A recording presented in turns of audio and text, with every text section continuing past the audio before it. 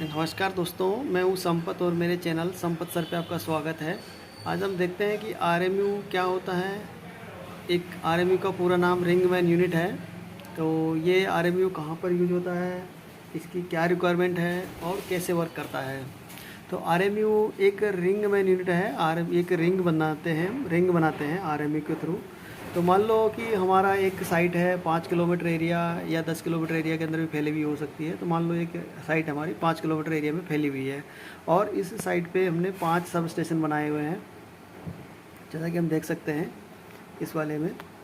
तो मान लो ये हमारा इलेक्ट्रिकल सब स्टेशन है और यहाँ पर ट्रांसफार्मर 1 है, ट्रांसफार्मर 2 है, ट्रांसफार्मर 3 है, ट्रांसफार्मर 4 है और ट्रांसफार्मर 5 है। 5 जगह पर हमारे ट्रांसफार्मर है, 5 लोकेशन पे ये ट्रांसफार्मर दिए हुए हैं। तो हमने रिंग बनाई है। रिंग बनाने से हमारा बेनिफिट ये है कि जैसे मान लो ये केबल हमारी यहाँ से ब्रस्ट हो जाती है या यहाँ से कहीं से भी किट फट जाती है, किट कुछ भी हो गया, केबल डैमेज हो जाती है किसी वजह से, तो हमारा जो ट्रांसफार्मर 5 है या जो भी हमारी सप्लाई है वो चलती रहे।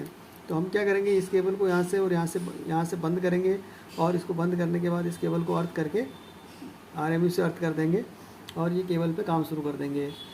और जो हमारी पावर सप्लाई है वो हमें यहाँ से होती हुई, ये आरएमयू के थ्रू होती हुई, इस रिंग के थ्रू होती हुई ट्रांसफार्मर 5 में मिल जाएगी। मान लो किसी वजह से ये केबल हमारी यहाँ से ब्रस्ट हो जाती है, तो आरएमयू में इस तरह की फैसिलिटी अवेलेबल होती है। यहाँ पर हम स्विच की सहायता से इसको ऑफ कर सकते हैं दोनों तरफ से, और ऑफ करने के बाद में स्विच से ही इसको हम अर्थ कर देते हैं। और यहाँ पर जो पावर है हमें इस वाले ESS से ट्रांसफार्मर 1 को मिलेगी और बाकी ट्रांसफार्मर 2 से इधर की जो पावर है हमें वो ESS इस वाले केबल के थ्रू यहाँ से होती हुई यहाँ तक हमें ट्रांसफार्मर 2 तक पावर मिलती रहेगी। तो हमारा जो ब्रेकडाउन है वो नहीं आएगा, मतलब इस पर। तो इस चीज़ के लिए में रिंगमैन यूनिट बनाई जाती है। तो अब समझ में आ गया होगा कि एक रिंगमैन यूनिट क्यों बनाई गई है। अब इसके इंटरनल जो पार्ट है या अगर एक आरएमयू 1 है उस पर किस तरह से इस पर होता है सर्किट ब्रेकर पे, वो देखते हैं हम इसमें। ये हमारी मान लो ESS से इलेक्ट्रिकल सब स्टेशन से पावर आ रही है केबल के थ्रू। यहाँ पर एक स्विच लगा हुआ है, इस स्विच को हम ऑन करेंगे तो पावर हमारी यहाँ पे बस बार पे आ गई। बस बार से ये स्विच को हम ऑन करेंगे तो ये पावर हमारी आरएमयू 2 को चली जाएगी यहाँ से। और यहाँ पर एक ACB लगा हुआ है, एयर सर्किट ब्रेकर, इसको हम ऑन करेंगे तो पावर हमारी ट्रांसफार्मर 1 पे चली जाएगी, हमारा ट्रांसफार्मर 1 ऑन हो जाएगा। अगर मान लो जैसे हमें किसी भी कारण से इस केबल में ब्रस्ट हो गया या ब्रेकडाउन आ गया तो हम इस स्विच को ऑफ कर देंगे यहाँ से और इस केबल को हम कर देंगे यहाँ पर अर्थ करने के लिए फैसिलिटी हमें आरएमयू के अंदर ही दे रखी है। आरएमयू 3 है, आरएमयू 2 जो है ये यहाँ से भी इस केबल को हम कर देंगे, यहाँ से स्विच ऑफ करके अर्थ कर देंगे और इस पर काम शुरू कर देंगे। तो ऐसा है, हम समझ चुके हैं कि आरएमयू की क्या ज़रूरत है, आरएमयू की रिंग कैसे बनती है और जो आरएमयू है वो किस तरह से होता है। ये हम साइड पे चलते हैं और उसको जो एक्चुअल आरएमयू है उसको समझने की कोशिश करते हैं। तो अब हम आ चुके हैं एक्चुअल साइट पे जहाँ पे आरएमयू लगा हुआ है। तो ये हम देखते हैं कि किस प्रकार से आरएमयू लगा हुआ है और क्या इसके फंक्शन है। ये 100 एम्पियर का है, 100/1 की इसमें सीटी लगी हुई है जो कि करंट को मेजर करती है। और ये जो गेज है ये SF6 सल्फर हेक्साफ्लोराइड का प्रेशर शो करता है जो ब्रेकर के अंदर लगा हुआ BCB में। तो ये ग्रीन पे होना चाहिए, अगर रेड पे है तो हम ऑपरेट नहीं करेंगे। इसमें एक प्रोटेक्शन रिले लगी हुई है, ये अशिदा की जो प्रोटेक्शन रिले अर्थ फॉल्ट और ओवरलोड के लिए लगाई हुई है। इसी तरह से ये जो ब्रेकर है ये अभी ऑन है हमारा यहाँ से। और ये रिंग मैन जो दूसरी ये वाली रिंग है, ये वाली, इस पर ये ऑन पोजीशन में, यानी कि पावर लाइव है। अगर हमें इसको खोलना है दोस्तों तो पहले हम इसको डाउन करके और इसको हमें साइड में खिसका के, यहाँ पर हैंडल लगता है, ये हैंडल लगा हुआ है इसमें। तो ये हैंडल लगा हुआ है और एक इसमें हैंडल लगा के यहाँ पर, और इसको पहले हम ऑफ करेंगे।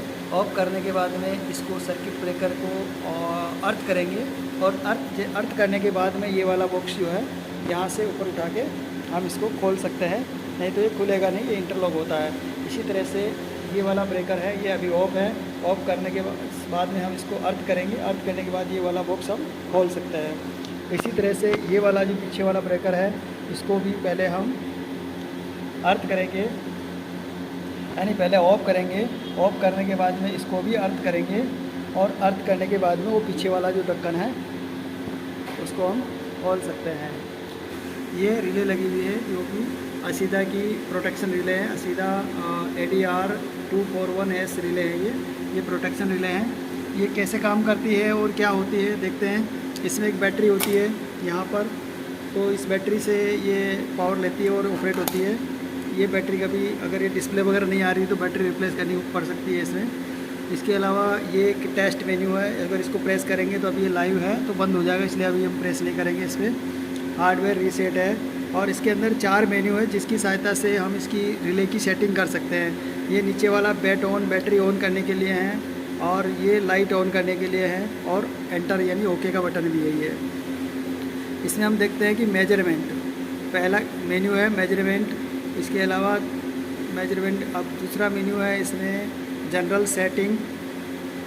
तीसरा मेन्यू है इसमें protection setting, cold load setting, faults कौन से आए हैं, और एरर लॉग, स्टेटस क्या है इसका, और मेजरमेंट्स वापस रिपीट हो गया है। तो ये इसके मेन मेन्यू है। अब इसको सेट करना है, किसी भी मेन्यू में सेट करना है तो सेटिंग के लिए हम पहले उस मेन्यू पे जाते हैं। जैसे कि हमें प्रोटेक्शन की सेटिंग करनी, जनरल सेटिंग में कुछ नहीं है, टाइम, ईयर्स वगैरह की सेटिंग होती है, तो जो जनरल सेटिंग से कर सकते हैं हम। इसके बाद में ये प्रोटेक्शन सेटिंग है, जिससे ये जो रिले है अर्थ फॉल्ट और ओवर करंट के लिए हम इसको लगाते हैं। अर्थ फॉल्ट अगर इसके अंदर किसी वजह से कोई वायर, केबल का लीड हमारा टच करके ग्राउंड हो गया तो ये ट्रिप करा देगा, और ओवर करंट अगर हमारा लोड ओवरलोड हो गया तो उसके केस में भी ये हमें ट्रिपिंग देता है। तो इसमें सेटिंग क्या है वो हम देखते हैं और कैसे सेट करते हैं इन दोनों की। तो हमने जैसे सेट करने के लिए हमने ओके प्रोटेक्शन सेटिंग पे जाके ये वाला बटन, ओके का बटन प्रेस करना है, तो ये पासवर्ड मांगता है, और इसका पासवर्ड है 4 टाइम 0, यानी कि इसको हम एक बार माइनस वाले को प्रेस करेंगे तो 4 टाइम 0 आ गया, ओके करेंगे, एंटर हो गया, और हम अंदर जा चुके हैं। अब इसकी सेटिंग हम चेंज कर सकते हैं। बैंक 2 पे है, अप डाउन करके इसको बदल सकते हैं, इसकी ज़रूरत नहीं है हमें। एक बार वो नीचे प्रेस करेंगे तो IP, अभी IP जो है यानी कि ओवरलोड जो है अभी हमारा 120 यानी 20 से लगा के 240 तक हम इसको सेट कर सकते हैं। तो अभी ये हमने 120% पे करा हुआ, मतलब यानी कि ये जो CT है हमारी इसमें 100 एम्पियर की है, 100/1 की है, यानी कि 100 एम्पियर के ऊपर जो है इसको सेट करा हुआ है। 120 एम्पियर पे सेट करा हुआ है इसको, 120 एम्पियर के ऊपर जाएगा तो ये ट्रिप हो जाएगा।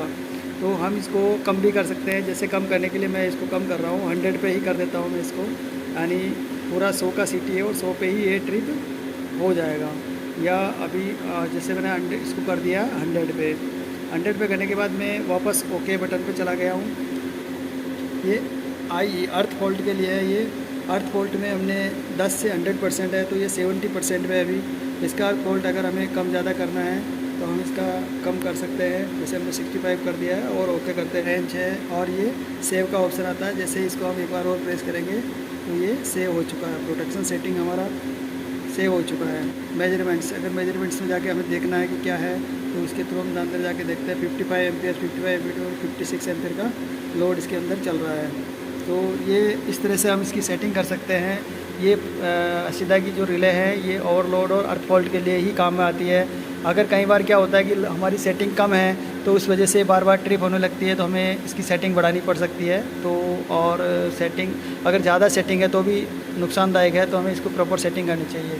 इसी तरह से ब्रेकर है, जैसे ऑन ऑफ है, ये हैंडल है जिसकी सहायता से हम इसको चार्ज कर सकते हैं। और ये अभी जो लाइन है ये मेन ब्रेकर हमारा ऑन है। और तो दोस्तों ये वीडियो आपको अच्छा लगा होगा और नॉलेजेबल होगा, आशा है। अगर ये वीडियो आपको अच्छा लगा तो लाइक कीजिए, शेयर कीजिए और मेरे चैनल को सब्सक्राइब कीजिए ताकि आने वाले वीडियो आप तक पहुंच सके।